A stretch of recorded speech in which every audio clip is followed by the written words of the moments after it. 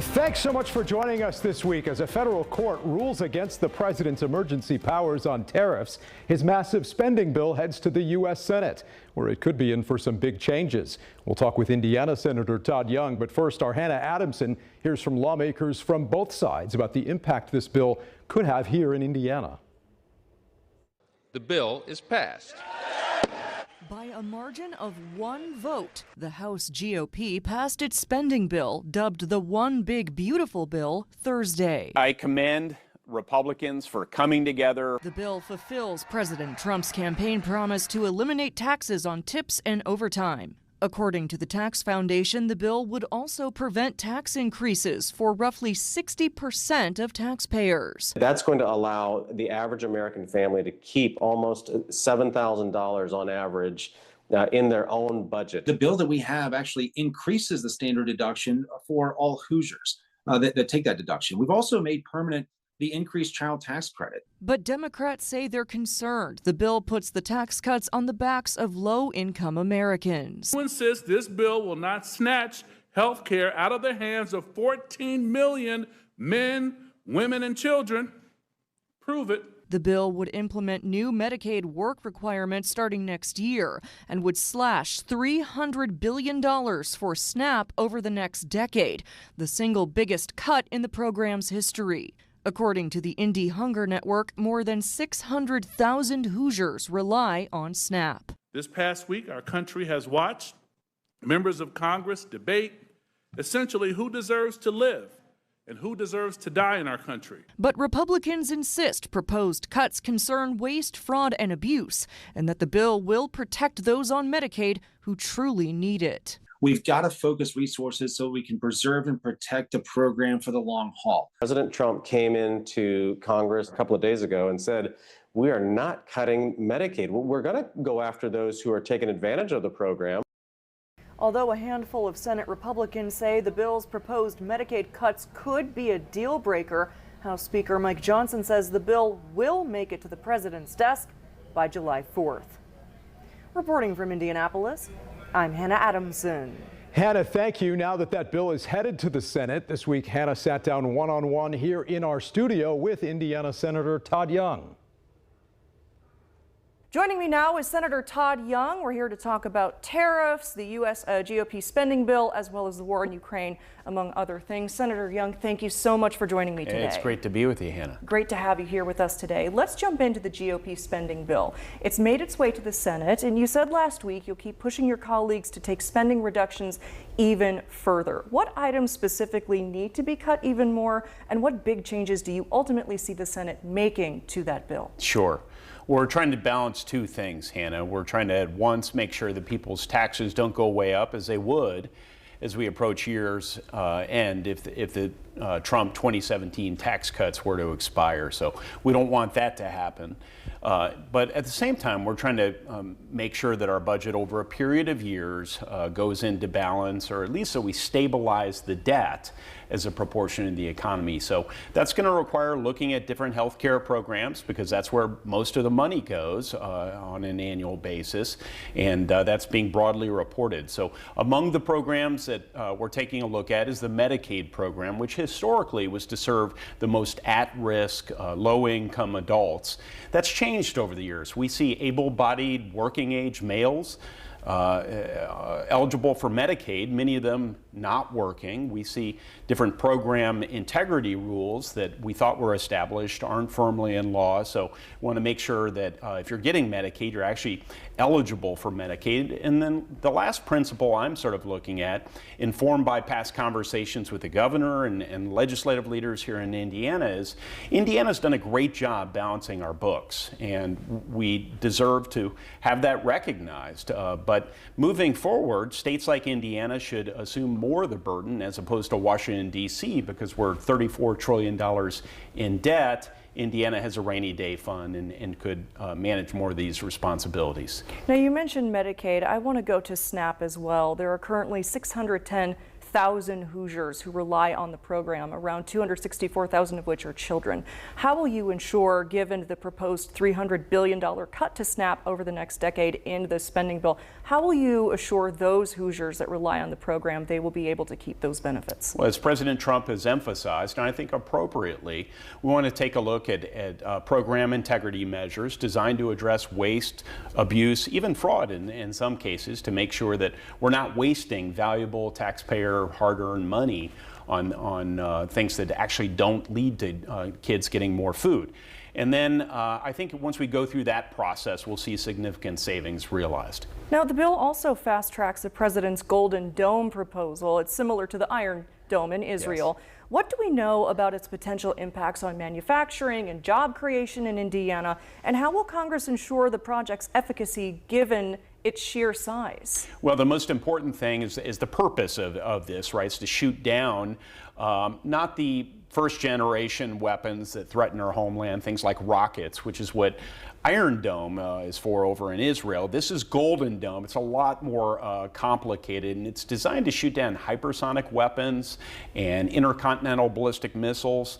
Unfortunately, we're pretty vulnerable to these things, and they could come out of Russia, China, and North Korea, and we have to have countermeasures. So Indiana could play a leading role. In fact, in Fort Wayne, most of the satellites that will help us pinpoint some of these incoming projectiles and then shoot them down will be manufactured by Hoosiers. And so there's great upside opportunities for our manufacturing economy once again. Looking forward to see where that goes. What is your reaction to the president's announcement regarding the U.S. Steel and Nippon Steel agreement, and how will it specifically help Indiana's economy?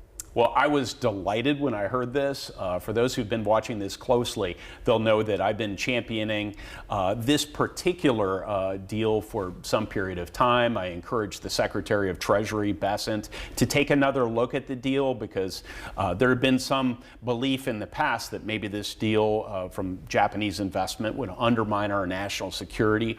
I suspected that wasn't the case, and credit the President, credit Secretary of Treasury and other administration officials for looking at this with some fresh eyes. And then the president asked for more, which he's good at doing, and he received it. So we're looking at a multi-billion-dollar, I think it's up to $14 billion investment in U.S. Steel that'll benefit steel workers, the city of Gary and surrounding area, and really our entire economy as we're less dependent on other countries for our steel. You have been a stalwart supporter of Ukraine. Recently, the president backed off his demand that Russia declare a ceasefire. What is your response to this, and when could we see an end to this conflict?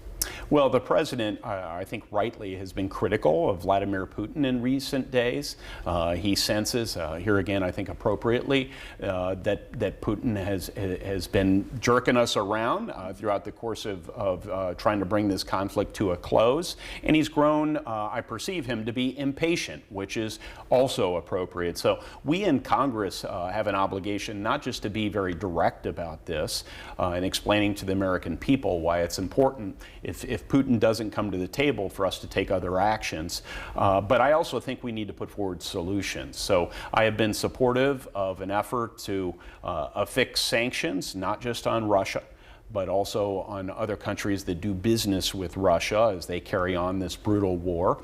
And I'd go further. I think we should seize the assets in foreign banks, Russian currency, that's mostly in European banks, but also here in the United States. We could use that to help rebuild Ukraine and pay for other important defense industrial base priorities. Do you see this conflict coming to an end in a year, the next few years? I mean, given this back Well, I know and forth. President Trump campaigned on a platform of bringing this to a speedy conclusion. It's my hope that he can do that, but it's also my hope that he gets a good deal. And that's why we elect presidents, and we'll trust him to get a good deal. Have you had any further talks, speaking of the president, regarding the CHIPS and Science Act? And if so, how have those gone? Where does the president stand now? I've had great conversations with those around the president. For those who consume a lot of news, they've known that the president has had mixed feelings about it over time. But I've been assured, reassured, even encouraged by members of the administration that most of the CHIPS and Science Act is already implemented. The tens of billions of dollars that were used to entice people to invest in this country and our semiconductor sector have already been made. $500 billion of commitments. There's no precedent to this sort of investment from such a modest amount of taxpayer skin in the game. And we are becoming more independent of other countries, which is exactly what the objective was. So President Trump's Secretary of Commerce has indicated this is a great step and that we need to continue to prioritize semiconductor production in the United States. There are many questions that remain surrounding tariffs, tariff talks, negotiations, and while that's underway, we know that the state of Indiana faces a $2.4 billion budget shortfall, and when you look at the recent revenue forecast and economic outlook, it points to uncertainty over tariffs. This is primarily due again to that, but what is your response to that, and when, from your perspective, could we expect to see a resolution of these talks, especially as it relates to the state's agriculture and manufacturing industries? Yeah. Our farm country, very supportive of President Trump. Of course, President Trump ran on a platform of tariffs. And so I do believe he has a mandate to implement tariffs. And I think in light of that, what I can do to be constructive is encourage the administration, consistent with not giving up your negotiation secrets, identifying what exactly we want to get from each of these negotiations with other countries and giving at least a sense about the path forward. The U.S. Trade Representative has done a good job of laying out this framework on paper. And the president, I think, could make that public in coming days or weeks, and that would bring a lot of the clarity that maybe the markets need. The president is to be commended for the concessions he's been able to get through these tariffs, and my hope is that now we can start pocketing some of these concessions, maybe ask for a little bit more, renegotiate trade relations, and then move on so that we can all enjoy this golden age of prosperity and innovation. Senator, thank you so much for your time. I really appreciate it. Thank you. All right, Hannah, thanks. Meantime, this week, Governor Braun met with the VA secretary, also held a signing ceremony for some new public safety measures, and met at the Roudebush VA Medical Center this week with the Secretary of Veterans Affairs. Also this week, Lieutenant Governor Micah Beckwith once again faced off with some of his constituents and some protesters at his latest town hall. The LG touched on a number of topics, including education, immigration, and DEI, and addressed his recent controversial comments on the 3/5 compromise, which he's defended despite widespread backlash. People think that I'm saying that the 3/5 of a person is a good thing. That's not what I'm saying. I'm saying the 3/5 compromise spurred us on in the right direction. And we've got more of that interview and coverage of the town hall on our website. Coming up, we'll talk with our panel about the LG's town hall and the massive spending bill now on its way to the Senate. Their thoughts on the impact it could have here in Indiana. Plus, we'll talk with the mayor of Indianapolis about the excitement in Indy over the Pacers and Racers after an epic month of May.